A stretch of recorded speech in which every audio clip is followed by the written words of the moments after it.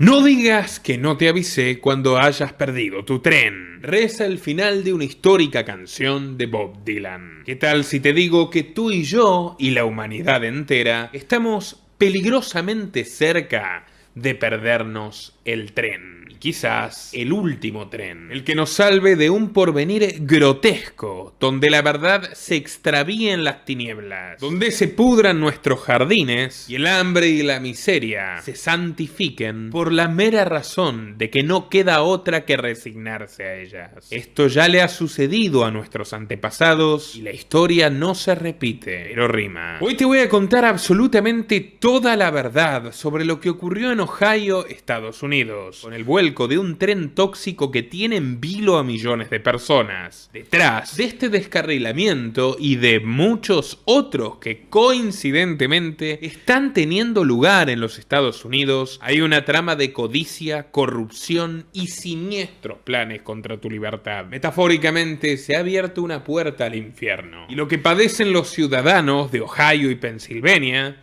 mañana lo podrías vivir tú en carne propia, porque este rail de acontecimientos también atraviesa Europa, donde los políticos venden que el futuro del transporte es volver al pasado, los trenes, mientras sus empresas públicas como Renfe en España los fabrican más grandes que sus propios túneles. En otras palabras, los hacen inutilizables, por ineptitud o por malicia. Ya lo veremos, porque el misterio de hoy es más interesante e intrincado que el del Orient Express, con perdón de los fanáticos de Poirot y Agatha Christie. El tren de carga con este conveniente secreto también pasa por el hemisferio sur, donde Gustavo Petro quiere montar su Unión Soviética Ferroviaria, uniendo la Venezuela de Maduro con el Chile de Boric, pasando por supuesto por Colombia y Perú. Mientras una Argentina quebrada y en plena sequía se empeña en reactivar a toda costa sus ferrocarriles. El vagón de la discordia vuelve al norte surcando las tierras aztecas, donde López Obrador, su patrón Larry Fink de BlackRock lucran con otro proyecto faraónico que ha fracasado,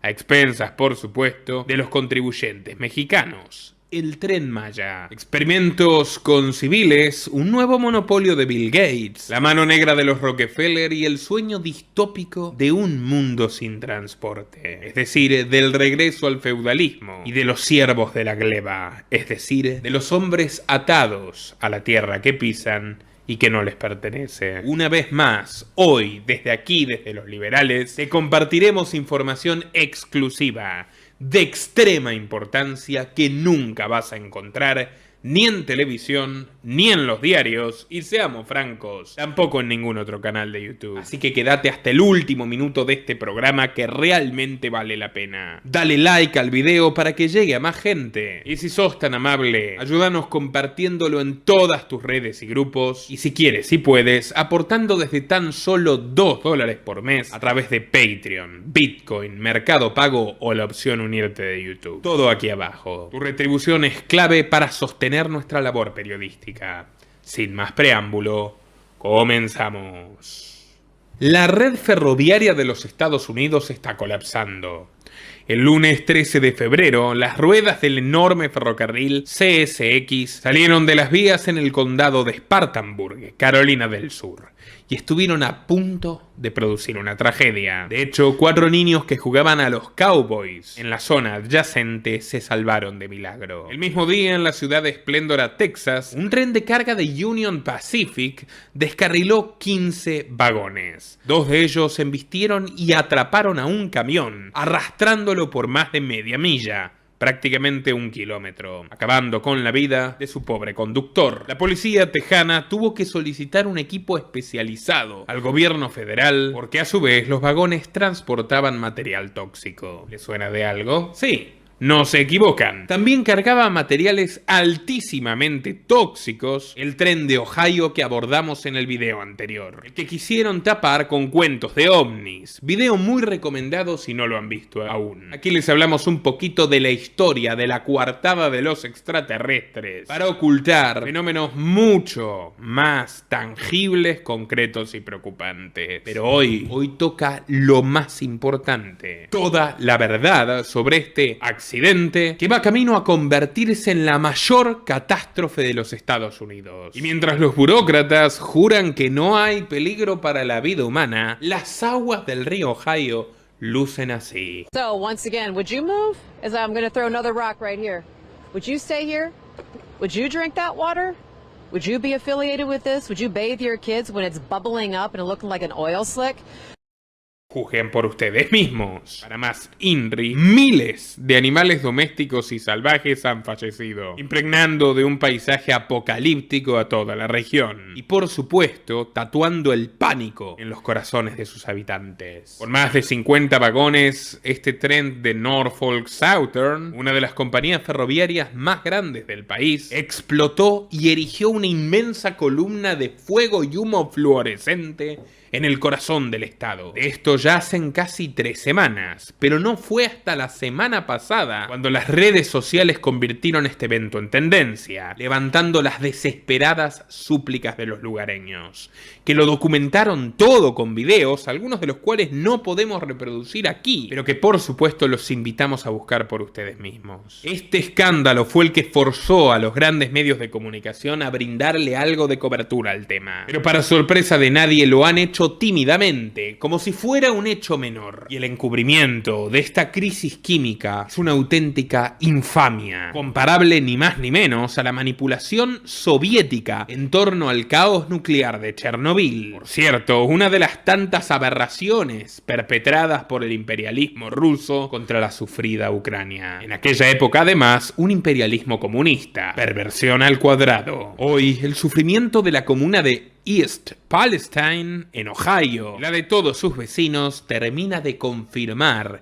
que la retórica democrática y humanista del imperio estadounidense no es otra cosa que un vulgar disfraz, porque el monstruo es muy parecido al que oprimió a medio planeta detrás de la cortina de hierro, ya que la tiranía de Washington ya no solo perpetra horrores contra las naciones que invade, también se los infringe a su propio pueblo. El tren de la Norfolk estaba repleto de cloruro de vinilo, una sustancia extremadamente cancerígena. La situación del río Ohio me recuerda al lago Springfield de los Simpsons, y sería para reírse si no fuera una realidad macabra. Ahora peor, dicha corporación ferroviaria no estaba libre de pecado, y si existiera justicia no debería haber estado operando, puesto que el 6 de enero de 2005, otro de sus trenes también había descarrilado en Graniteville, Carolina del Sur, provocando la liberación de una inmensa cantidad de cloro y combustible, que se envolvieron en una nube tóxica que, al igual que en Ohio, cubrió por completo la ciudad, por más que aquella mezcla era menos impredecible que la actual. La vida silvestre murió. Se encontraron al menos 1000 peces flotando muertos sobre los arroyos, y se halló vegetación quemada en un área de 1800 yardas, más de 1,5 kilómetros, una centésima parte de la que por el viento y la contundencia del actual accidente podría verse afectada. En aquella oportunidad, 9 personas fallecieron por la exposición al cloro y otros miles terminaron intoxicadas. Norfolk Southern fue llevada a juicio y multada por violar la ley de agua limpia, pero en aquella época solo se vieron obligados a pagar una multa ridícula, $26 millones, en tanto que los peritos de parte estimaron que los daños superaban los 6.000 millones. Por eso, cuando ahora lees en la noticia que esta firma indemnizará a los damnificados de Ohio, te invito mínimamente a que sospeches. Por mucho menos que esto, repito, hay todo tipo de empresas que han cerrado sus puertas, pero esta contaba ya en 2005 con un padrino muy influyente. Corrían los años dorados de la alianza entre Microsoft y el Pentágono, que se encontraba sumamente activo llevando adelante los genocidios de Irak y Afganistán. Para ser más concretos, el presidente de aquella época era George Bush, y uno de los más destacados inversores de la Norfolk Southern no era otro que el infaltable Bill Gates, dueño de 800.000 acciones, ni más ni menos. El salvataje de esta organización ferroviaria delictiva forjó una amistad de hierro entre Bill Gates y George Bush que persiste hasta el día de hoy. De hecho, en 2019 el exmandatario republicano condecoró al al filántropo de gafas con la medalla de honor de su instituto, el George Bush Presidential Center. Por increíble que parezca, los dos muchachos brindaron con champán por la causa ecológica y por la salud pública. Tiene su gracia, ¿no? Bueno, este es solo el comienzo de esta historia bizarra. A comienzos del siglo XXI, el primer accidente de la Norfolk fue toda una rareza, porque se había alcanzado un alto estándar de seguridad en el sector. Sin embargo, irónicamente, 18 años después, las cosas no han progresado en el buen sentido, sino en el sentido opuesto. Como les comenté al principio, el siniestro de Ohio es uno más de muchos, 3 tan solo en lo que va de febrero, y por el momento es el más grave de todos, aunque sobran indicios de que esta saga sangrienta continuará, ya lo verás. Pero antes, terminemos de brindarle una merecida cobertura a Ohio que nadie les está dando. La Universidad Johns Hopkins, como muchos recordarán, participó de la famosa reunión titulada Evento 2.0.1, junto a la Fundación Bill y Melinda Gates, asidua donante de la institución educativa, y el Foro de Davos de Schwab. Todos ellos llevaron adelante un simulacro que predijo con maestría profética el advenimiento de la sopa china. La cita tuvo lugar a mediados de octubre de 2019, 40 días antes del primer caso en Wuhan. Desde entonces, algunos profesores de la Johns Hopkins comenzaron a inquietarse por el sesgo de las publicaciones académicas, temiendo que las investigaciones se tiñan de los intereses económicos de quienes las financian. Uno de ellos es Peter De Carlo, que valientemente y por su propia cuenta ha salido a pronunciarse sobre el desastre de Ohio. No está de acuerdo con sus colegas ni con el gobierno. Por el contrario, este experto afirma que además del cloruro de vinilo, varias de las otras sustancias del tren, como el acrilato de butilo, el acrilato de etilexilo y los éteres monobutílicos, forman al quemarse compuestos letales para la vida humana. Como químico atmosférico, dijo De Carlo, este combo tóxico es algo de lo que me gustaría mantenerme muy pero muy alejado. Y añadió que desea con todas sus fuerzas que la EPA, la Agencia de Protección Ambiental estadounidense, se abstenga de seguir lanzando conclusiones apresuradas y que publique datos mucho más detallados. Porque señores, señoras, esta agencia federal reportó impúdicamente que el control de aire realizado no detectó ningún contaminante preocupante, desacreditando los comentarios de las víctimas y asegurando que en realidad la gente puede oler estos químicos a niveles mucho más bajos de lo que se considera peligroso. Ese mismo día, no obstante, la contaminación de partículas se situó por encima de los niveles máximos de detección. Pero la EPA increíblemente lo desvinculó de esta coyuntura e insistió en mantener el estudio acotado a un área mínima de donde se produjo la accidente. A partir de aquel informe, los gobernadores de Pensilvania, el estado natal de Joe Biden, y también de Ohio, instaron a que los vecinos evacuados de East Palestine y sus alrededores regresen a sus casas inmediatamente, prometiéndoles que no existe ningún peligro. Se olvidaron de aclararles que el 95% del territorio afectado no fue sometido a ninguna prueba. Nadie tiene más claro que están mintiéndoles en la cara que los propios ohioneses. Están formando asociaciones y entablando demandas colectivas. La prueba irrefutable de que este asunto está podrido desde las raíces es la detención arbitraria de Evan Lambert, un periodista corresponsal de la cadena televisiva News Nation, al que la policía estatal esposó y arrastró hasta un coche patrulla cuando se disponía a entrevistar a los damnificados. Lambert estuvo incomunicado y retenido en un destacamento policial durante el máximo tiempo legal y no le permitieron comunicarse con su abogado, lo que sobra decir que es completamente inconstitucional, y fue a instancias de los lugareños que pudo recibir la visita de uno. Se le formularon cargos por resistencia a la autoridad, sin que existiera ninguna razón lícita para detenerlo en primer lugar, contra 5 testimonios que aseguran que en ningún momento se resistió al arresto. Cuba, Nicaragua, Rusia, Irán. No, señores, Estados Unidos de América. La cuestión central es lo que tienen para contarnos las personas a las que contactó mi colega. Figley, de 63 años, un residente que vivió toda su vida ahí, estaba sentado en su sofá mirando Netflix en aquella noche fatídica. De repente escuchó el horrible sonido del metal chirriante. Subió al auto junto a su esposa para investigar y descubrieron una escena propia del infierno. Cito: había una serie de de explosiones continuas y el hedor empezó a tornarse espantoso, más que nauseabundo, abrasivo. El humo era más oscuro que la propia noche. En un instante desaparecieron las estrellas. Sentía que mis ojos se quemaban. Huí de ahí para no quedarme ciego. Nathan Johnson y su esposa Sandra me escribieron un sentido correo electrónico en el cual relevan minuciosamente cómo cada una de sus 7 mascotas se enfermaron y murieron en cuestión de días. 2 canarios, 2 perros y 3 gatos. No ahondaré en detalles por respeto a las normas de la plataforma,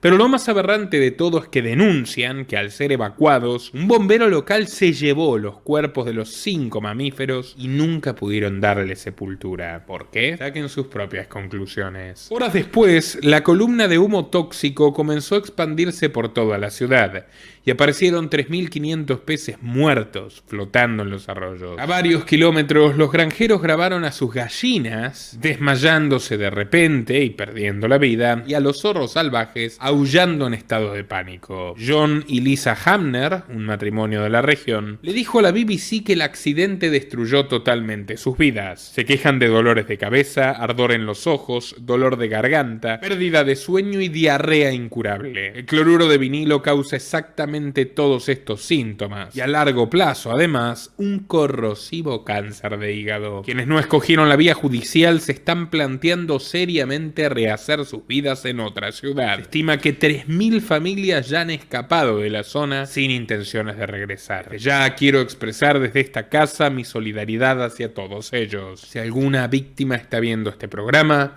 le ofrezco contar su situación aquí en Los Liberales con absoluta libertad. Lo mejor que puedo ofrecerles es esta modesta ventana al resto del mundo. No podemos callarnos ante esta ignominia. El Chernobyl de Ohio es una devastación contra la naturaleza, que esconden en forma deliberada quienes viven de la industria del ecologismo, del movimiento verde. Verde. Dólar. ¿Dónde está Greta Thunberg en este momento? ¿Cuál es el paradero de Al Gore? ¿No quiere acaso donarle su Oscar a las víctimas de Ohio? Oscar que recibió por un documental falaz y catastrofista sobre los polos que nunca terminaron de derretirse y los osos polares que, lejos de desaparecer, se han triplicado desde aquel estreno. Sin embargo, tenemos personas reales, con problemas reales, a una distancia bastante acotada de Washington. ¿Alguien ha visto últimamente a todos estos políticos obsesionados con el medio ambiente? ¿Dónde está Alexandra Ocasio-Cortez? Los invito a dejarlo en sus comentarios. Y no debe sorprendernos su ausencia. Ya en los 80, los partidos verdes de media Europa, muchos de ellos mutados o escindidos a partir de los viejos y arcaicos partidos comunistas, callaron solemnemente ante las primeras evidencias de Chernobyl, del original, que recordemos ocurrió en 1986 en la planta de energía nuclear de la ciudad ucraniana de Pripyat, por la que hace algunos meses pasaron las tropas criminales de Vladimir Putin, hoy felizmente diezmadas y repelidas por el pueblo ucraniano. El reactor número 4 estalló un 26 de abril, esparciendo nubes radioactivas tóxicas por todo el hemisferio norte, desde Checoslovaquia hasta Japón, y lanzando a la atmósfera el equivalente a 500 bombas de Hiroshima. 237 trabajadores fueron hospitalizados, 134 exhibieron síntomas de radiación aguda y 28 fallecieron poco después. Con la aparente impunidad del poder, los gobernantes comunistas trataron de evitar por todos los medios que saliera a la luz el mayor desastre de la historia de la energía atómica, producido enteramente por incompetencia e ineptitud, puesto que la energía nuclear es una de las más seguras y por lejos la más eficiente de todas. Eran las 5 de la mañana cuando el secretario general del PCUS, Mikhail Gorbachev, recibió la llamada telefónica que avisaba la tragedia. El dictador no vio necesidad siquiera de despertar a sus consejeros habituales, tal y como se indica el historiador ruso Sergei Plokhy en su libro Chernobyl. El hecho en sí no era una prioridad para los déspotas rojos. La verdadera prioridad era ocultarlo. Por eso al día siguiente y bajo el más absoluto hermetismo, Gorbachev instauró una comisión estatal liderada por Boris Sherbina, vicepresidente del Consejo de Ministros, a quien encargó investigar las causas de la explosión y crear un relato paralelo que los exculpe de responsabilidades. El primer acercamiento en helicóptero, unas 24 horas después, evidenció la magnitud de la hecatombe. El propio Yerbina escribió en sus memorias que tuvo que forzarse a sí mismo a asimilar el panorama que tenía ante sus ojos. Armen Abajian, director nacional de energía nuclear en la Unión Soviética, le dijo a Yerbina que la ciudad tenía que ser evacuada de inmediato. Había obreros trabajando, mujeres colgando ropa y niños corriendo por las calles inmersos en una atmósfera radioactiva, ante una inminente lluvia química que podría pulverizarlos. Pero como todo buen socialista, Svernina privilegió su cargo a la vida humana y ordenó no evacuar a nadie para no generar sospechas. Cortó las redes telefónicas, empezando por las del hospital, donde médicos, enfermeras y heridos rogaban auxilio insistentemente a Moscú. A los ingenieros y trabajadores de la planta nuclear se les prohibió compartir lo ocurrido a sus amigos y familiares, bajo pena de muerte. Como si nada pasara, muchos jóvenes universitarios seguían siendo enviados a trabajar a la zona como liquidadores voluntarios, exponiéndose a la radiación. Tardaron 18 días en televisar la noticia, bastante parecido a lo de Ohio, y solo para contar que no había heridos, lo cual por supuesto era otra mentira orwelliana. Pero al fin y al cabo, ¿qué es el comunismo sino la mayor estafa de todos los tiempos? Pero no se equivoquen, el ardid no es monopolio de los políticos rusos, aunque lo sigan cultivando con un éxito inaudito. Sus pares estadounidenses le disputan con ganas el primer lugar. Chernobyl tuvo sus antecesores. En la mañana del 16 de julio de 1945, Demesio Peralta alimentaba a las vacas en el corral de su rancho, mientras su esposa Francesquita, embarazada de su 10º hijo, limpiaba las sábanas en su pequeña casita de las afueras de Capitán, una comunidad rural del estado de Nuevo México. De repente, la rutina de esta familia numerosa se vio sacudida y transformada por siempre por el ruido feroz de una inmensa explosión. Hizo temblar el suelo y reventar todas las ventanas. Un instante después surgió un destello, en sus palabras, más fuerte que el sol, y una oscura nube de humo. Con sus hijos temblando de miedo y retorciéndose entre pedazos de vidrio rotos, la sudorosa Francesquita confesó que pensaba que el mundo estaba llegando a su fin. Sin embargo, la causa no provenía del cielo al que ella le rezaba desesperada, sino del gobierno de Truman, que a pocos kilómetros había realizado la primera prueba de una bomba atómica en la historia universal. Como parte del proyecto Manhattan, la llamada prueba Trinity detonó desde una torre aislada la bomba de plutonio que liberaría una temperatura 10.000 veces superior a la de la superficie del Sol, con 18.6 kilotones de energía que pulverizaron la torre al instante, convirtiendo el asfalto y la arena circundante en vidrio verde. Según el informe del Departamento de Energía, aproximadamente 4.8 kilogramos de plutonio permanecieron sin fisionar, dispersándose en un radio de 25 kilómetros, donde vivían alrededor de 15.000 personas. Algunos pobladores confundieron la sustancia blanca radioactiva que les llovía encima con una especie de inofensiva nieve caliente que se impregnaba en la ropa y en su piel. La mayoría de ellos, de origen indígena o hispano, analfabetos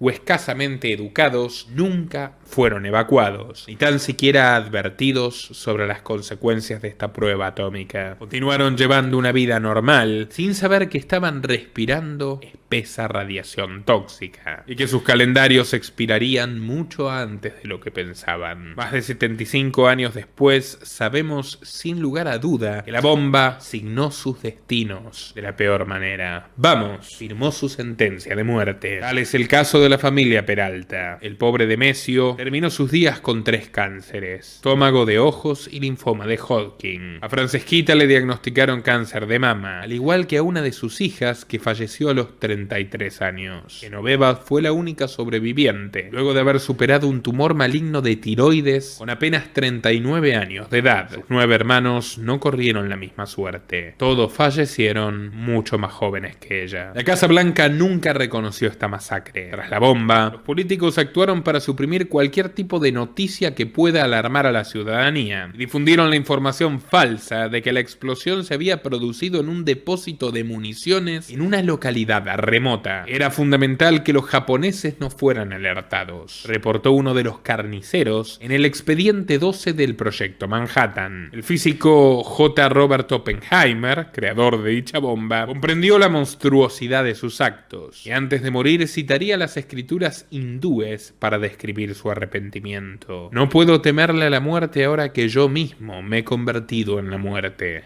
el destructor de mundos. We knew the world would not be the same. Few people laughed. Few people cried. Most people were silent. I remembered the line from the Hindu scripture, the Bhagavad Gita. Vishnu is trying to persuade the prince that he should do his duty, and to impress him takes on his multi-armed form and says, "Now I am become death, the destroyer of worlds." I suppose we all thought that one way or another. Otro ejemplo. Una noche invernal de 1966, un cazabombardero B-52, que participaba en una misión habitual en plena Guerra Fría, chocó con un avión cisterna sobre la costa española y se le perdieron 4 bombas de hidrógeno que aterrizaron sobre un pueblito llamado Palomares durante la sórdida dictadura de Francisco Franco. Tanto el régimen nacional católico como el de su protector, el presidente norteamericano Lyndon B. Johnson, a quien por cierto le vendieron su tan mentada soberanía, estaban urgidos por esconder las pruebas lo antes posible. En las bases de la Fuerza Aérea Estadounidense en España, los oficiales le pidieron a todos sus soldados que se suban a unos autobuses camino a una misión secreta que era limpiar la escena. Cito: "Nos dijeron que era seguro y nosotros fuimos lo suficientemente estúpidos para creerles", confesó Frank Thompson, un cabo que entonces contaba con 22 años de edad. En el lugar del accidente les dieron una bolsa de plástico y les dijeron que recogieran los fragmentos radioactivos con las manos descubiertas. Los soldados se pasaron meses moviendo tierra tóxica, tan solo con palas y sin ninguna protección más allá de sus uniformes de algodón. En los primeros días muchos fueron a mirar las bombas destrozadas. Allí pasábamos las horas sentados en el cráter, comiendo y riendo, sin imaginarnos lo que nos depararía la suerte, dijo Thompson. La radiación cerca de las bombas llegó a niveles tan altos que superaba la capacidad de los medidores de los especialistas militares. Cuando las pruebas hechas durante el proceso de limpieza mostraron que los hombres estaban contaminados hasta el tuétano de plutonio, la Fuerza Aérea descalificó los resultados, indicando que eran poco realistas. Pero lo más trágico de todo ocurrió con los civiles. Los uniformados españoles sellaron el pueblo de Palomares y negaron la existencia de armas nucleares. Cuando un reportero norteamericano vio a hombres con trajes de protección blancos reteniendo a mujeres y niños que querían huir de la aldea, un coronel español le respondió en su tosco inglés: "Son miembros de la unidad postal". Un mes después, cuando la existencia de las bombas se había filtrado, Estados Unidos dijo que solo se había fracturado levemente la bomba y que apenas había soltado una pequeña cantidad de radiación inocua, agregando que los 1.200 conscriptos que trabajaron en el lugar estaban protegidos. Manuel Fraga Iribarne, entonces ministro de Información de España, básicamente propagandista máximo de la dictadura, tuvo una idea inteligente, tan inteligente como perversa. Invitó a Anger Biddle Duck, embajador norteamericano, a bañarse juntos en una playa cercana ante los flashes de los reporteros. Sonriendo mientras mojaba sus pies en el agua, Duke miró a los periodistas y les dijo: "Si esto es radiación, a mí me encanta, pero al soldado Thompson no le encantó. Pasó sus últimos días con cáncer de pulmón, hígado y riñón, pagando más de $2.000 semanales por el costoso tratamiento y sin ningún tipo de asistencia del gobierno. El gobierno que lo condenó a la ruina. Mucho más tarde se descubriría que el nefasto Fraga encargó a un bioquímico experto del Opus Dei que estudie previamente la zona para escoger el balneario menos riesgoso. Para entonces Fraga ya era el ilustre fundador del Partido Popular y presidente democrático de la Junta de Galicia, una investidura que le permitió intimar con un inesperado amigo del otro lado del océano, el jesuita cubano Fidel Castro, descendiente de gallegos y amante de los puros como el propio Fraga. Comunismo y fascismo, un solo corazón. Capítulo 1000. Pero bueno, los efectos devastantes del plutonio acabaron con mucha más gente que el propio Thompson. De 40 veteranos que The New York Times pudo ubicar, 21 tuvieron cáncer. 9 murieron en edades tempranas. John Young, Dudley Easton, Furmansky. Cáncer, cáncer, cáncer, dijo Larry Sloan, un superviviente de 76 años que durante la entrevista luchaba contra los temblores provocados por un desorden neurológico. Y el ejército yanqui no fue el único afectado. Hay registros de que muchos niños de aquel pueblo español crecieron con leucemia e incluso, al menos uno, desapareció del hospital público. Y con este completamos el segundo ejemplo de los múltiples pecados nucleares que el tío Sam ha cometido. La potencia occidental ha realizado 1054 ensayos hasta la fecha, con un coste equivalente a los $100.000 millones y un precio incalculable para la salud de los seres humanos y su querido medio ambiente. Ese mismo que elevan a la categoría de dios pagano con la Agenda 2030. Manda narices. Como ven, la realidad supera la ficción, pero la ficción tampoco se queda atrás. Recordemos que la película Ruido de Fondo, producida y estrenada por Netflix en agosto del 2022, versa sobre un tren tóxico que descarrila en Ohio. Una familia atravesada por la desgracia y los medios de comunicación y el gobierno ocultándolo todo. Los más suspicaces se preguntan si este ha sido un ejercicio de programación predictiva o acaso una mera coincidencia. Personalmente me inclino por la segunda.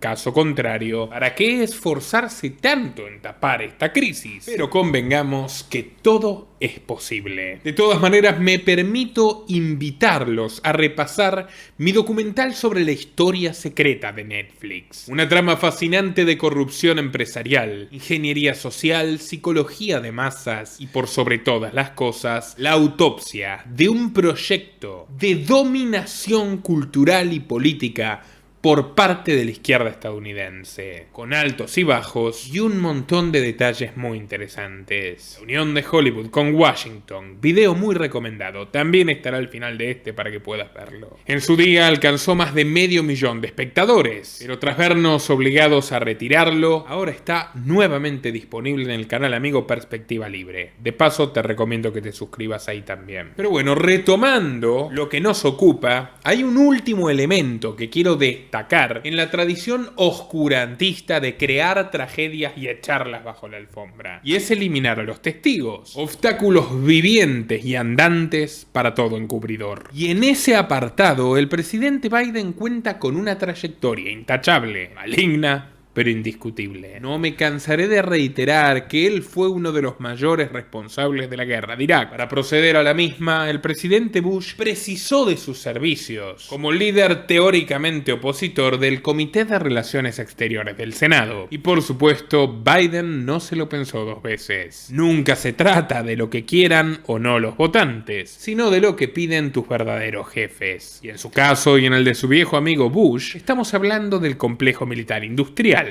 la fábrica de calaveras por excelencia. Más tarde el inefable Joe, como vicepresidente de Obama, sería el responsable de dirigir la ocupación en Medio Oriente, montando su trono sobre 900.000 personas aniquiladas en los primeros años del conflicto. Y él aprovechó su tiempo. Como ya te hemos contado varias veces, su hermano James Biden obtuvo un contrato billonario para sus clientes surcoreanos en el que el gobierno de Irak le daba dinero de los taxpayers estadounidenses estadounidenses a cambio de reconstruir las viviendas que las tropas de George y Joe acababan de derrumbar. Pero no todo es color de rosas. Cientos de periodistas corajudos se dedicaban a mostrarle a la opinión pública la verdadera cara de esta barbarie. Una barbarie justificada en unas supuestas armas de destrucción masiva que en efecto Saddam Hussein nunca poseyó. ¿Y cuál fue la solución americana para este problema? ¿Atenuar los crímenes de lesa humanidad, tal vez? No. ¿Interrumpir sus negociados inmorales? Menos todavía. Mejor,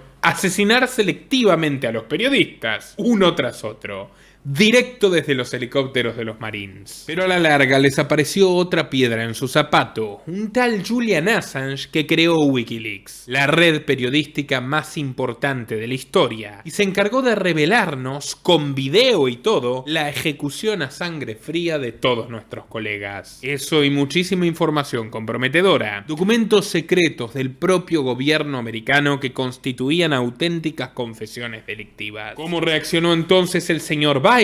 Bueno, el señor de la guerra, para ser más exactos, llamando a Assange terrorista y emprendiendo su persecución penal, que persiste hasta el presente y lo tiene encerrado y torturado en la prisión de Belmarsh, Inglaterra, a la espera de extradición. El mundo del revés. Los malos libres y mandando, los buenos presos y sufriendo. ¿A qué vas con todo esto, Moraz? ¿Que me estás mareando? A que en el show de Ohio tampoco falta este condimento, o al menos un indicio bastante perturbador. ¿Creen que el periodista de News Nation detenido arbitrariamente es lo más escabroso? No. Stephen Mullins, coleccionista de trenes en miniatura, viajó 4 horas de una punta a otra de Ohio, nada más enterarse del accidente del tren de la Norfolk. ¿Cuál era su objetivo? Simplemente ayudar en lo que sea posible, hombro a hombro con otros voluntarios. Al fin de semana siguiente, comentó a un amigo suyo que regresaría a East Palestine, puesto que, en base a lo que pudo ver, tenía la firme intuición de que las vías no habían cedido espontáneamente, sino que habían sido saboteadas, y que el gobierno lo estaba ocultando. No se supo más nada sobre los resultados de la nueva pesquisa, ni siquiera si pudo llegar a concretarla. Tampoco si contaba con algún tipo de evidencia que respalde su pálpito. Pero lo último que se sabe de este episodio es que el lunes pasado, sí, hace 3 días, el 20 de febrero, una fábrica metalúrgica en las inmediaciones de Oakwood, Ohio, voló por los aires. La Schumann Company, dedicada a las aleaciones de metal, que terminó ardiendo tras una misteriosa explosión en su edificio principal. El capitán Brian Tierrocco, del cuerpo de bomberos,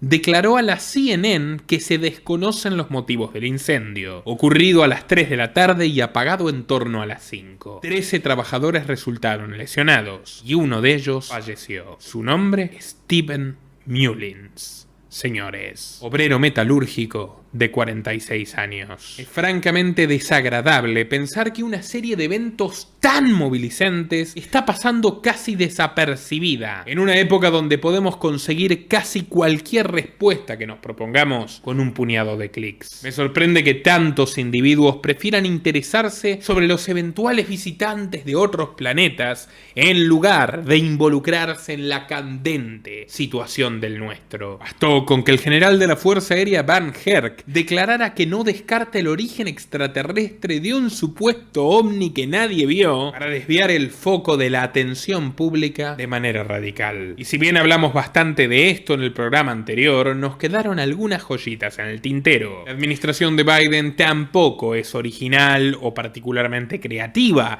en lo que refiere a usar a los ovnis como coartada distractoria. Biden se mira al espejo de una familia muy cercana a la suya, el clan Rockefeller. A finales del siglo XIX, John Rockefeller afianzaba su imperio petrolero, extendiendo sus tentáculos sobre otros sectores estratégicos, fiel a su obsesión de exterminar a la competencia. En puntual, John Rockefeller estableció un monopolio ferroviario, entablando pactos secretos con los dueños de las grandes ferrocarrileras, como el llamado Barón Ladrón Cornelius Vanderbilt.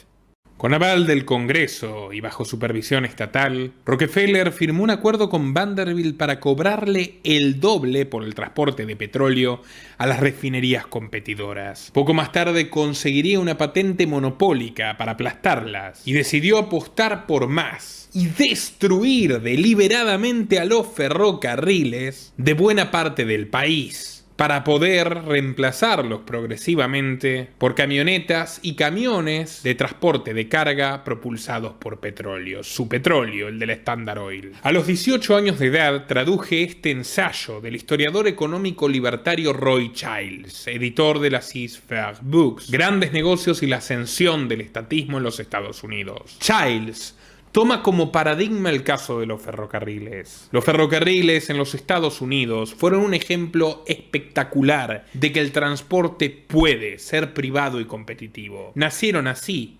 Existían varias vías ferrocarrileras que competían por los mismos trayectos y de hecho avanzaban sobre territorios donde no existía ningún tipo de autoridad política, los del oeste. Como suele decirse en la Argentina o en Chile, la conquista de la Patagonia se realizó primero por el ejército, luego por los trenes británicos y al servicio del gobierno y finalmente por el hombre común. En cambio, en el oeste americano, la colonización se produjo de manera inversa. Primero el hombre común, luego los trenes privados y finalmente el gobierno para arruinarlo todo. El caso es que Rockefeller y Vanderbilt solo tenían una manera de destruir a las compañías ferroviarias competidoras, a través de la regulación. Y por eso se unieron para crear el Trust Federal de Trenes, el primer buró regulatorio y político de la industria, generando más y más normativas que solo podían costear o eludir los gigantes y que asfixiarían y hundirían a los pequeños y medianos ferrocarrileros. Como resultado, todos los trenes terminarían en las manos de Vanderbilt y sus secuaces. Los costos aumentarían drásticamente, la inversión se reduciría a mínimos. Y es muy parecido a lo que está pasando ahora, pronto se los detallaré. Y al final terminarían apartando de buena parte del mercado la posibilidad de mover las cargas en tren. Como recompensa, varios de estos lobistas en la destrucción de los ferrocarriles,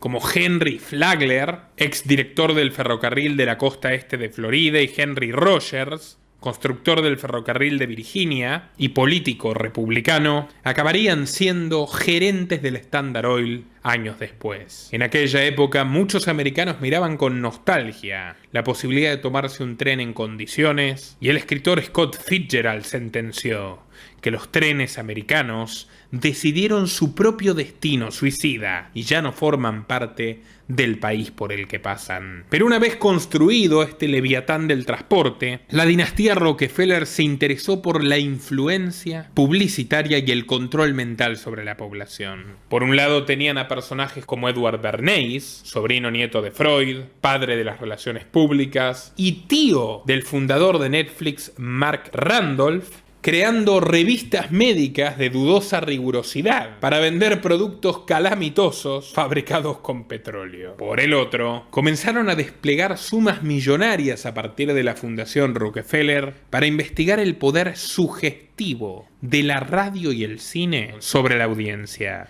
En 1937, por ejemplo, erogaron $67.000 al proyecto de investigación de radio de la Universidad de Princeton, apoyando el trabajo del psicólogo Hanley Cantrill sobre los efectos de la propaganda. Cantrill trabajaba con Frank Stanton, presidente de la CBS, Columbia Broadcasting System. Una noche de octubre de 1938, apenas un año después, la señal de la CBS Radio interrumpió su música habitual para transmitirle a la audiencia una serie de terribles boletines oficiales. El locutor informó la caída de un objeto volador desconocido sobre una granja en Grover Mill, New Jersey. La transmisión se detuvo por un momento y fue retomada por un corresponsal que en vivo y en directo desde Grover Mill describió criaturas extrañas emergiendo de una nave que no se parecía a nada que haya visto en su vida. Las autoridades locales se acercaron temerosamente a estas criaturas, ondeando una bandera de tregua, cuando de pronto se oyó la voz de pánico del reportero, gritando que los hombres habían sido incinerados por los alienígenas con unos rayos de calor.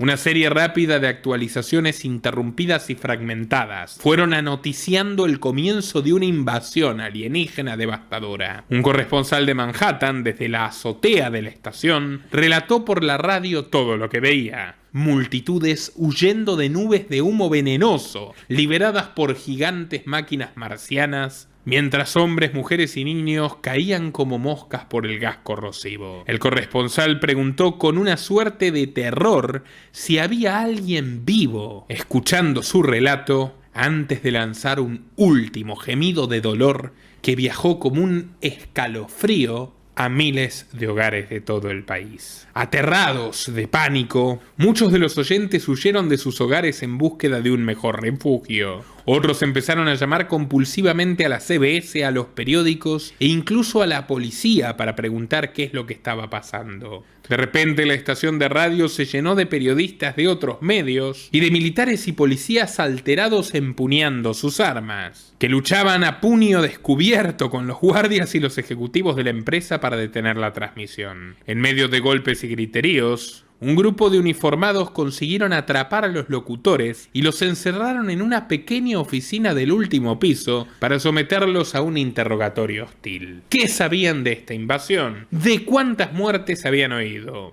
¿Quién vio ese rayo de calor incinerando a las víctimas? Fue entonces que un joven Orson Welles, uno de los locutores hostigados, tuvo que confesar que era todo un invento. Habían querido engañar al público relatando fragmentos de La Guerra de los Mundos, la novela de ciencia ficción del inglés H.G. Wells, en el que una movida de marcianos devasta al planeta Tierra y acaba con sus pobladores. Con la ayuda del guionista Howard Koch, quien luego sería censurado por el código Hays, Orson Welles modificó el escenario principal para hacerlo mucho más realista.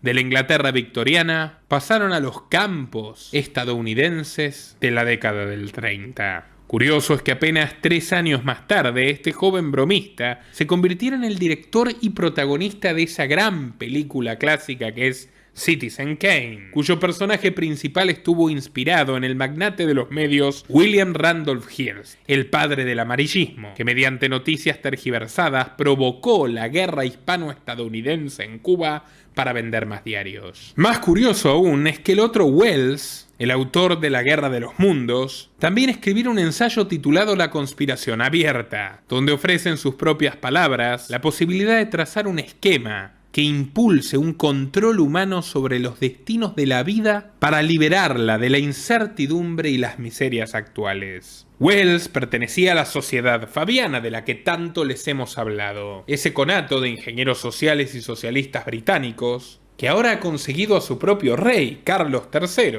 un asiduo visitante desde su juventud.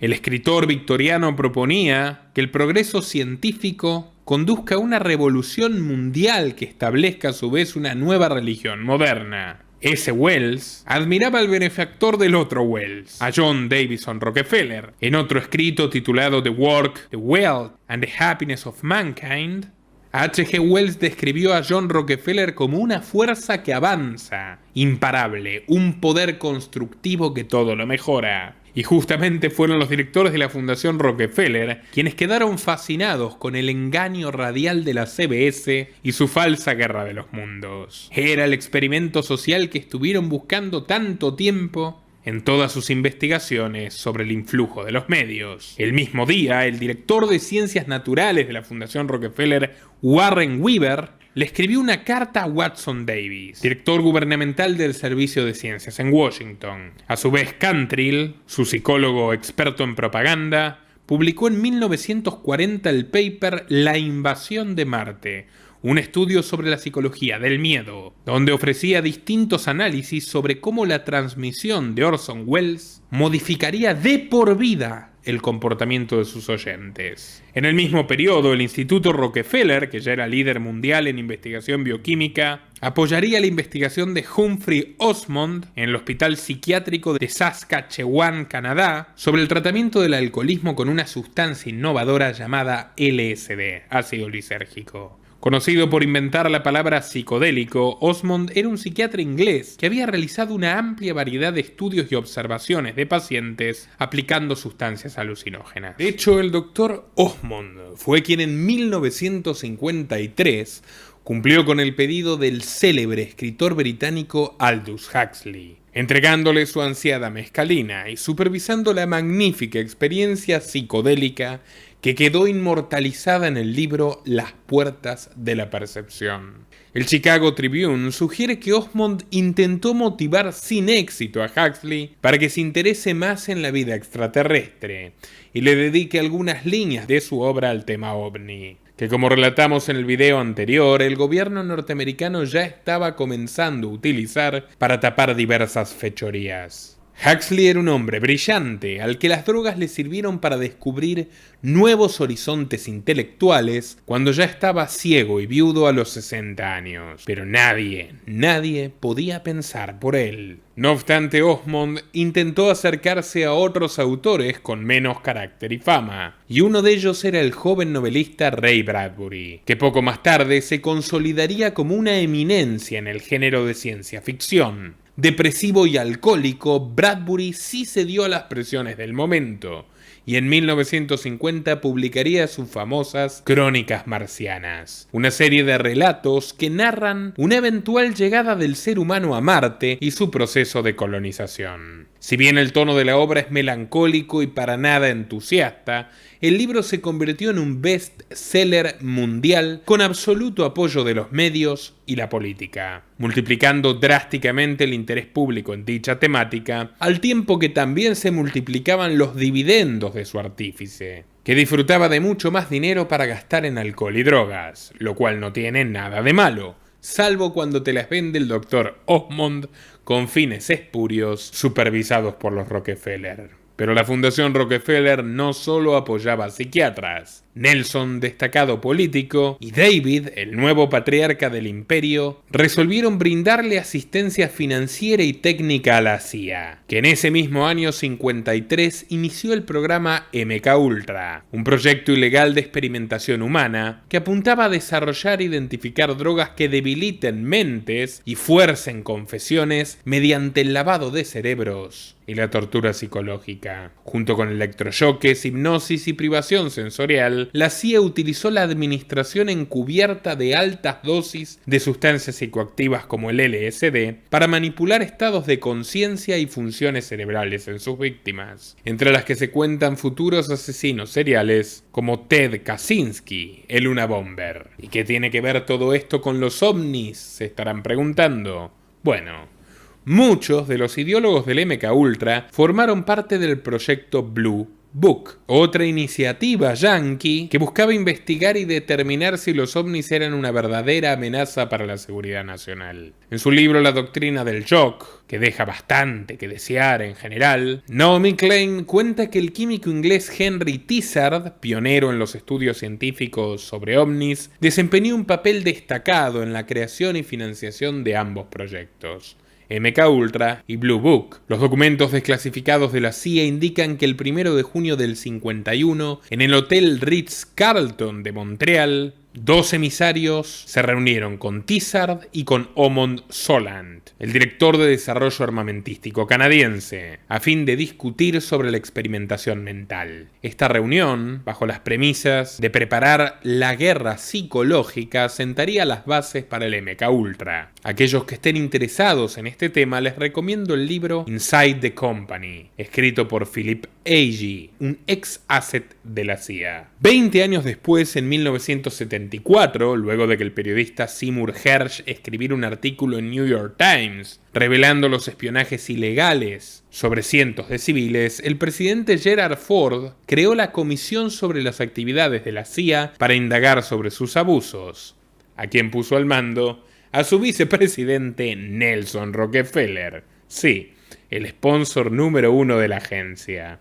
Todo queda en familia. La reluciente auditoría quedó en la historia como la Comisión Rockefeller. Pero este enrevesado y siniestro vínculo entre la familia Rockefeller, la CIA, el control mental, la propaganda política y los ovnis no concluye allí. Tras la peculiar muerte de Nelson, en pleno coito con su secretaria 40 años menor, su hermano Lawrence fundaría en 1993 la Disclosure Initiative, con una doble misión: unificar a todas las asociaciones y organizaciones de investigación de ovnis y ufológicas de los Estados Unidos y a su vez presionar a la administración Clinton para que desclasifique millones de documentos sobre el tema. Lawrence se hizo rápidamente con la ayuda del jefe de gabinete, el jesuítico abogado de la mafia de Chicago, John Podesta, un fanático absoluto de los alienígenas. Al cabo de un año, la Disclosure Initiative había cumplido con todos sus objetivos. Para entonces oficiaba como director un personaje digno de película. Y vaya que era amigo de Hollywood. Me refiero al biólogo físico-culturista llamado Stephen Greer, muy allegado al actor Arnold Schwarzenegger. Greer había brindado miles de entrevistas a diarios, radio y televisión, promoviendo la idea de que los proyectos Apolo lunar de la NASA se detuvieron en el año 72 porque los extraterrestres estacionados en la Luna no querían que se filtrase la verdad. También había realizado distintos documentales en donde afirma que fue la inteligencia alienígena la que permitió a los humanos desarrollar tecnología espacial, y donde intentaba demostrar que un esqueleto de 15 centímetros encontrado en el desierto de Atacama en Chile le pertenecía a un marciano, a pesar de que luego la evidencia genética reveló que era un feto humano con mutaciones inusuales de enanismo y escoliosis. Por increíble que parezca, el chiflado de Greer obtuvo un salario de privilegio y fue recibido en la Casa Blanca por la entonces primera dama Hillary Clinton y por el propio Podesta. Lawrence Rockefeller también apoyó la labor del psicólogo de Harvard John Mack, cuya curiosidad ufológica lo llevó a investigar el caso de una escuela de Zimbabue donde 60 niños dijeron haber visto el aterrizaje de una nave alienígena. Los escépticos deberían preguntarse por qué otra figura destacada de la dinastía Rockefeller le dedica los últimos años de su vida al fenómeno ovni. Y el secreto reside en que Lawrence financiaba a McDonnell Aircraft Corporation, uno de los fabricantes aeroespaciales más importantes de los Estados Unidos. Holding conocido por fabricar aviones caza militares como el F-4 Phantom II. Esta firma fue la aeronáutica militar más favorecida por la administración Clinton, y toda la mitología creada alrededor de los ovnis y las naves espaciales servía para ocultar pruebas de armas experimentales prohibidas por la legislación internacional, como por ejemplo aviones rociadores químicos diseñados contra la población civil. ¿Dónde se hacían estas pruebas infames? En la célebre Área 51, el lugar que el astuto Lawrence rodeó de épica y al que le hizo creer a la mayoría de los ufólogos que está custodiado por razones totalmente distintas a las reales. Volviendo al presente, Biden y la Fundación Rockefeller experimentan su propia luna de miel. Con fuertes donativos para la reapertura de escuelas en 2020, este histórico lobby se ganó un convenio de asesoría permanente para 3 secretarías federales, que en Estados Unidos son equivalentes a los ministerios: la de Educación, la de Trabajo y la de Transporte.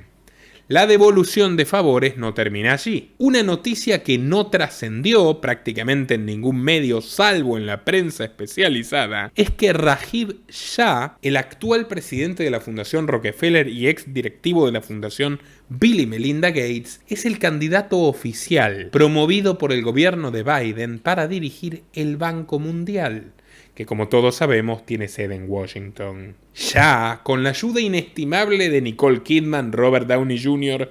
y Angelina Jolie, es uno de los genios gastronómicos que impulsa la idea de alimentarnos en base a insectos. Quienes nos siguen recordarán que poco antes de la censura habíamos lanzado un completo informe al respecto. Pero no nos vayamos de tema. Miren si será casualidad que justo el Banco Mundial ha estado ofreciendo una vasta línea de crédito de punta a punta del planeta para que los estados subvencionen nuevos trenes sostenibles. Sí, tal como lo oyeron. Finalmente el círculo comienza a cerrarse. El Banco Mundial está prácticamente obsesionado con el tema de los trenes y créanme que no son los únicos. Las Naciones Unidas lo apoyaron cuando estableció un acuerdo de $400 millones para implementar un sistema ferroviario bajo en carbono en el Cairo, Egipto. Al mismo tiempo, aprobó 245 millones para modernizar la infraestructura ferroviaria de la India. También le dio 62 millones a Serbia, 347 millones a la Argentina en 2021 para descarbonizar los trenes que estaban inmovilizados en una Argentina devastada por las políticas de encierro que emanó la propia ONU. En una Argentina donde los trenes son, a su vez, un viejo fetiche nacionalista desde tiempos del general Perón, cuando el autócrata los expropió a los capitales ingleses y vendió esta medida como una hazaña épica. Los ferrocarriles se compraron con una habilidad extraordinaria de Miguel Miranda. Él hizo correr primero la voz de que nosotros compraríamos los ferrocarriles. Los ingleses, que habían terminado la guerra y andaban un poco pobres, se vinieron enseguida a venderlos. Cuando llegaron, Miranda le dijo, no, nosotros no hemos dicho nada, dice, eso es una cosa buena, pero si ustedes los vendieran y nosotros los compraríamos, ¿cuál sería el precio? Le dijeron el valor de libros. ¿Y cuánto es el valor de libros? 10.000 millones de pesos argentinos. Miranda lo miró y se rió. Le dice, ¿cómo vamos a pagar 10.000 millones de pesos por fierro viejo? No era fierro viejo. Estaban funcionando cerca de 50 y tantos mil kilómetros de vía con estaciones y en muchas partes una legua a cada lado, que era lo que le habían dado en la construcción inicial. Había pueblos, había 26.000 propiedades de los ferrocarriles. El Dock Sud, el puerto de Buenos Aires, era de los ferrocarriles ingleses. Los ingleses estaban duros, porque para negociar los ingleses son muy hábiles y muy duros. Y un día cometieron un error. Lo vieron a Miguel Miranda y le dijeron, vea, si ustedes nos pagan 6.000 millones por los ferrocarriles, nosotros le depositamos a usted y a Perón en un banco que ustedes nos indiquen 100 millones de dólares. Al día sí, claro, estos negocios se hacen así. Al día siguiente Miranda a Diana ya estaba golpeándome la puerta de mi pieza en la residencia y me dijo, vea general, ya está listo este negocio, lo vamos a sacar porque si nos ofrecen una coima para que le paguemos 6.000 millones porque no valen los 6.000 millones. Bueno, siguió discutiendo y un día vino y me dijo, bueno, está cerrado el asunto. Los conseguimos los ferrocarriles por 2.029 millones de pesos. En el contrato de compra-venta, Miguel Miranda le puso que se compraban bienes directos e indirectos de los ferrocarriles. Esos indirectos representaban 26.000 propiedades que tenían los ferrocarriles en el país. Esto no se dieron cuenta los ingleses cuando se hizo el contrato de compra-venta. Por eso Mr. Eddy, cuando se firmó, se desmayó. La realidad es que ya para mediados de los años 40, la red ferroviaria estaba obsoleta y los británicos festejaron con fascinación que la dictadura argentina se quede con una infraestructura moribunda y que los indemnice por mucho más que su valor de mercado. Aquí lo explica el veterano peronista Carlos Corach. ¿Qué hacen entonces los ingleses? Los ingleses son muy inteligentes. ¿Qué hacen? Los ingleses empiezan a tratar de vendernos sus activos en el país contra las libras que habíamos acumulado durante la guerra. ¿Qué nos venden? Los ferrocarriles, que ya no los podían explotar porque además no habían hecho inversiones en los últimos tiempos. ¿Por qué no las podían hacer? No tenían de dónde, ni la guerra les permitía hacer ningún tipo de inversión. Así que estaban bastante maltrechos cuando ya los compramos nosotros. Perón, que era un político habilísimo, lo hace aparecer como un gran triunfo. Les sacamos los ferrocarriles a los ingleses. No, los ingleses nos vendieron los ferrocarriles porque estaban chochos de vender los ferrocarriles y con la plata que nosotros les habíamos ganado enviando nuestras carnes, nuestros granos, cueros, etc. La noche que se vende los ferrocarriles, que se concreta la compra de los ferrocarriles, hubo un gran festejo en la embajada británica en Buenos Aires. Eso la gente no lo sabía. Y Perón, legítimamente, dice, no, les arrancamos los ferrocarriles, bla, bla, bla. No arrancamos nada, no se encajaron los ferrocarriles. y así con otros activos ingleses. ¿A qué voy con todo esto? Si ya en la primera mitad del siglo XX el ferrocarril era un modelo de transporte obsoleto para ciertas cuestiones, si ya estaba ampliamente superado por el automóvil, el camión o el avión, ¿por qué diablos están promocionando tanto el regreso del tren 80 años más tarde? Porque es parte del no tendrás nada y serás feliz. Obviamente, la cruzada por empobrecernos y esclavizarnos solo podrá concretarse si además nos inmovilizan. ¿Qué pasó en 2020, amigos? ¿Lo recuerdan? Básicamente nos quitaron el transporte a todos. El transporte público y privado fue lo más restringido desde el principio y fue lo último en liberarse. Y todavía en muchos países solo puedes usarlo si cumples con ciertas condiciones y requisitos autoritarios. La élite tecnocrática te quiere encerrado en un cuartucho y prácticamente fusionado con una computadora o con un smartphone o próximamente, como le gusta a Bill, un tatuaje electrónico, Treblinka Vintage, y que la comida te la lleve un dron de Amazon. Si es que todavía hay comida, quizás ya son solo píldoras, como en El mundo feliz de Aldous Huxley. El socialismo corporativo internacional, al que muchos denominan comúnmente globalismo, no es otra cosa que la desglobalización. Ellos universalizan un modelo de control, un modelo de poder y de sometimiento. No les interesa el movimiento libre de personas y mercancías. No quieren turismo, ni comercio, ni inmigración. Al menos no en manos del común de los mortales. En 2020 te decían que todas estas libertades te enfermaban. Ahora te dicen que contaminan. Y el sistema de créditos de carbono, cada vez más cerca de hacerse realidad, contempla de manera prioritaria restringir tu capacidad de desplazarte de un país a otro, incluso de una ciudad a otra. O como bien ha demostrado Nicolás Martínez Laje en uno de sus informes, incluso quieren darte un cupo limitado para moverte de un vecindario a otro. En la Edad Media, en ese gigantesco leprosario que era la Europa cristiana, las autoridades dejaron crecer los árboles en los caminos para terminar de secuestrar a sus víctimas en los feudos, en esas pequeñas aldeas agrícolas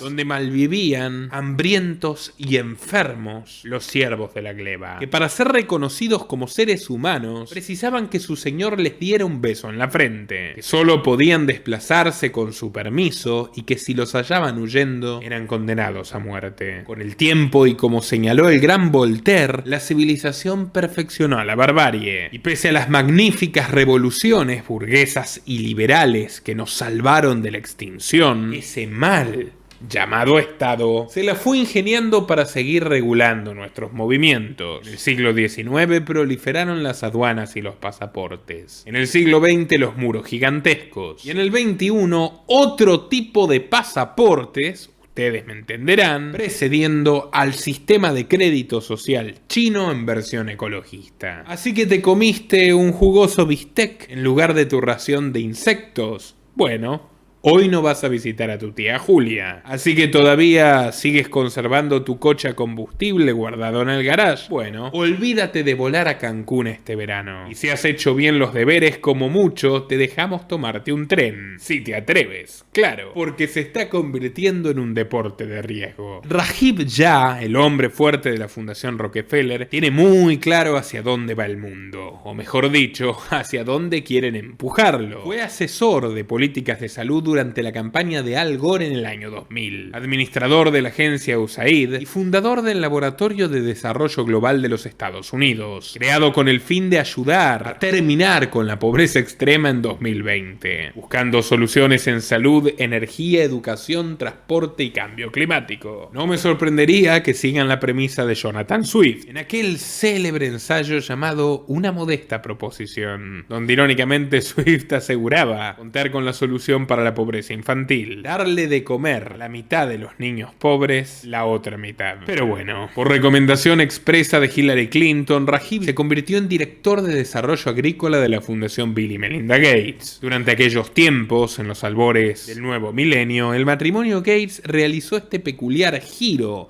del cual tanto les hemos hablado. De la industria tecnológica en la que fueron reyes indiscutidos, pasaron a interesarse en invertir cada vez más en el sector primario, los alimentos, indispensable para todo buen plan totalitario. Shah fue el hombre que estuvo detrás de su desembarco en África y de las primeras adquisiciones masivas de tierras fértiles que con el tiempo consolidarían a Bill como el mayor terrateniente de los Estados Unidos. Pero ni lento ni perezoso supo recomendarle a su antiguo jefe que se involucre en un área clave para el suministro de alimentos: los trenes. Si de algo sirven aún los trenes en el extenso continente americano, es para mover ganado y granos. Y si tú quieres gobernar los estómagos de los hombres, para controlar sus mentes, sus cuerpos y sus hábitos, si tú quieres administrar hambrunas, escasez artificial, subidas drásticas en los precios de su comida, no solo necesitas de Walmart, de Coca-Cola o de McDonald's, o de la carne vegana de Probeta que envenenará a las próximas generaciones. No, también necesitas manejar los trenes. Y exactamente eso es lo que llevó a Bill a comprarse las 800.000 acciones de la Norfolk Southern Company, que ya destruyó Carolina del Sur en 2005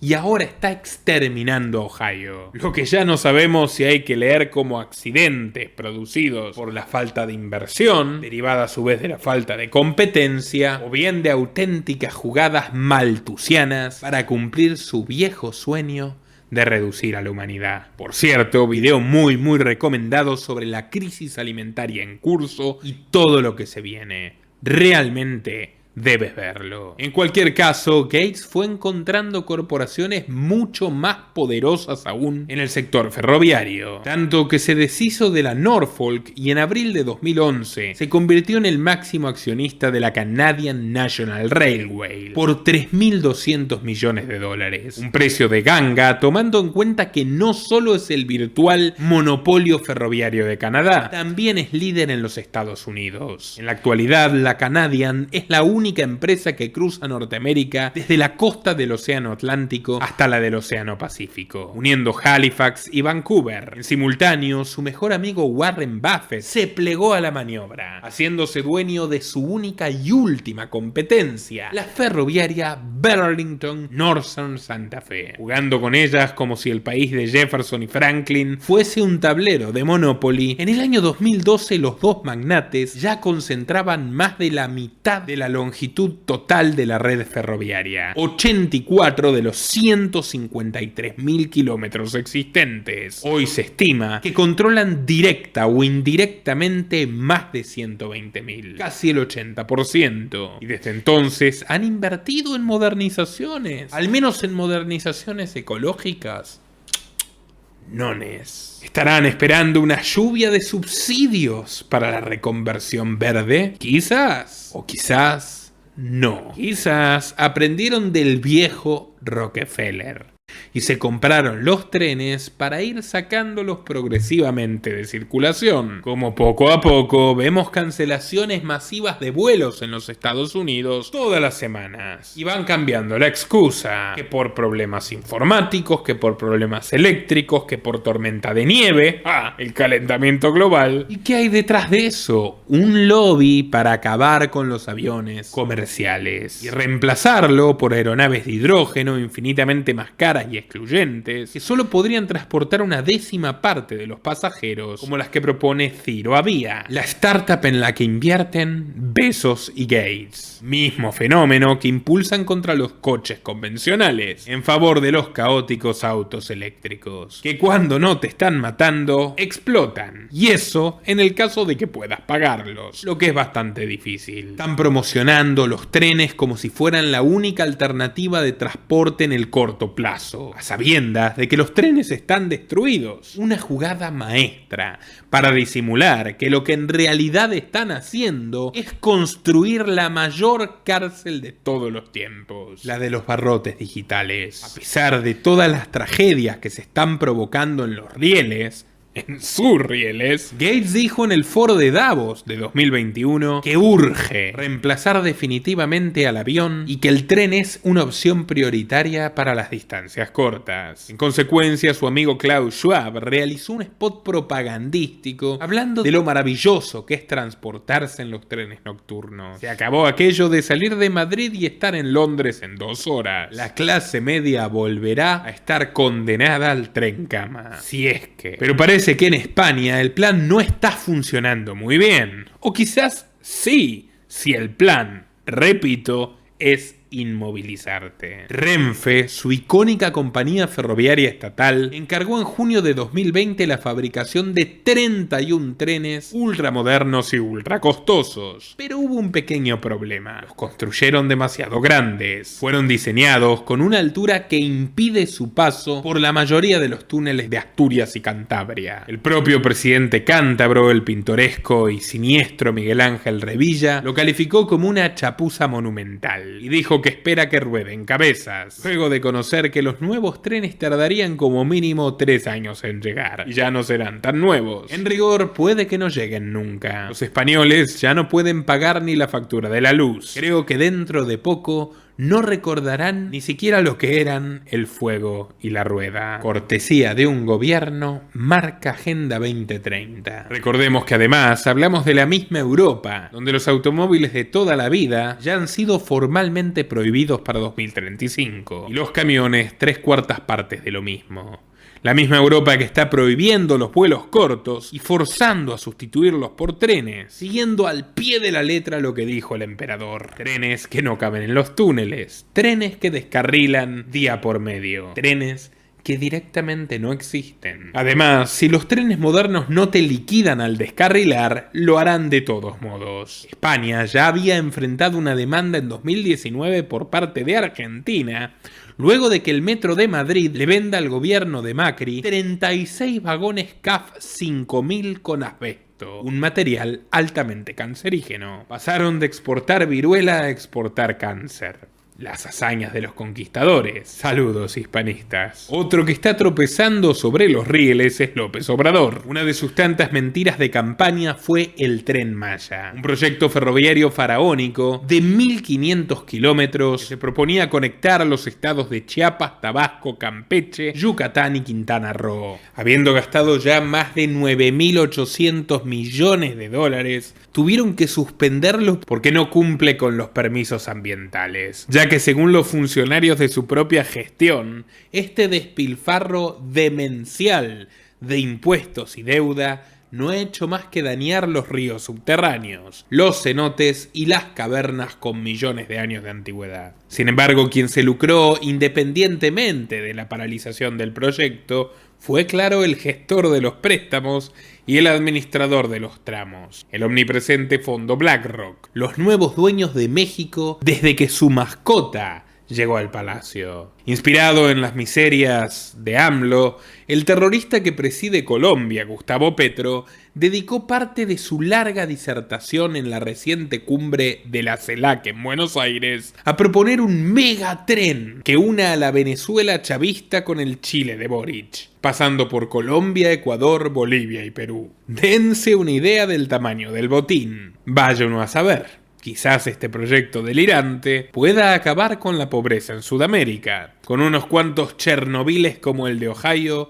no va a quedar un solo pobre vivo para que cuente la historia. Solo en el Oriente, para variar, podemos encontrarnos el verdadero triunfo ferroviario. En menos de 15 años, China construyó una red de alta velocidad que bate todos los récords. 141.000 kilómetros de vías donde los trenes vuelan a 400 kilómetros por hora, símbolo del desarrollo económico y arma ideológica para Xi Jinping. Y no se limita a su hemisferio. China está desembarcando con tranvías en los 5 continentes. Son trenes que funcionan de verdad y trenes que pertenecen formalmente al gobierno chino sin importar dónde se ubiquen. Argentina se ha transformado en uno de los países que más material ferroviario está importando de empresas chinas. Pero el año pasado la cosa escaló. El sumiso Alberto Fernández aceptó ingresar al plan estratégico de la Ruta de la Seda. Y como recompensa, Xi Jinping prometió una inversión de $20.000 millones en las vías del país sudamericano. Pero el modelo de gestión es muy parecido al de la base aeroespacial china que ya existe en Neuquén. En cada metro de vía férrea y en las franjas de sus alrededores manda pura y exclusivamente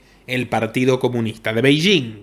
Algo parecido regía con los famosos trenes ingleses que trajo Roca. Pero bueno, la locomotora roja ya ha penetrado en África, donde se ejecuta la ambiciosa quimera de unir Tanzania, Kenia, Uganda, Ruanda y Burundi, más Sudán del Sur y Etiopía. Los flamantes trenes de alta tecnología se suspenden en inmensos puentes de hormigón alzados a 58 metros de altura, que se adentran a su vez en largos túneles y asombran a los transeúntes de los humildes pueblos africanos. ¿En qué se beneficia a China poniendo esta tecnología futurista en países marginales? Muy sencillo. Los trenes chinos solo transportan manufacturas chinas de entrada y materias primas para su industria de salida, arrollando a cualquiera que se interponga en su camino. Además, traen lo que en inglés se llama una debt trap, trampa de deuda. El país asiático presta dinero y servicios a mansalva con el propósito insidioso de comprometer la soberanía de los deudores y hacerse de la suma del poder político. Y no hemos terminado porque esta es una noticia de última hora.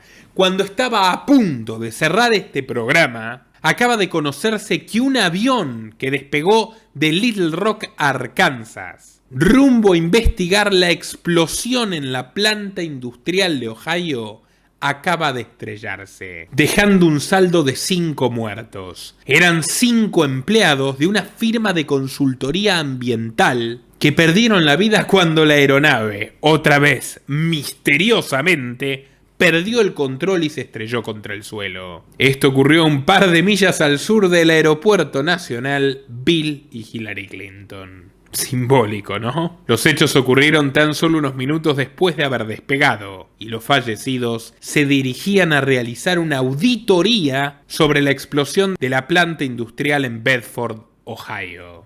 Allí donde murió Steve Mullins.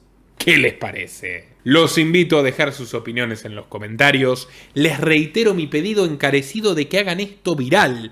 Compártanlo en Facebook, en Twitter, en Telegram, en WhatsApp, en todas sus redes y grupos. Si no lo han hecho todavía, clica la campanita al botón de suscribirse y recibir todas las notificaciones. Y bienvenido su apoyo a través de la opción unirte de YouTube, de Patreon, de Bitcoin, de Mercado Pago, todos los enlaces en la descripción. Es primordial su retribución económica, por pequeña que sea. Venimos de 2 meses desmonetizados y créanme que un trabajo como este tiene un costo muy alto. Sin más, estimados amigos, me despido hasta una próxima ocasión. Nuestro trabajo depende de tu apoyo.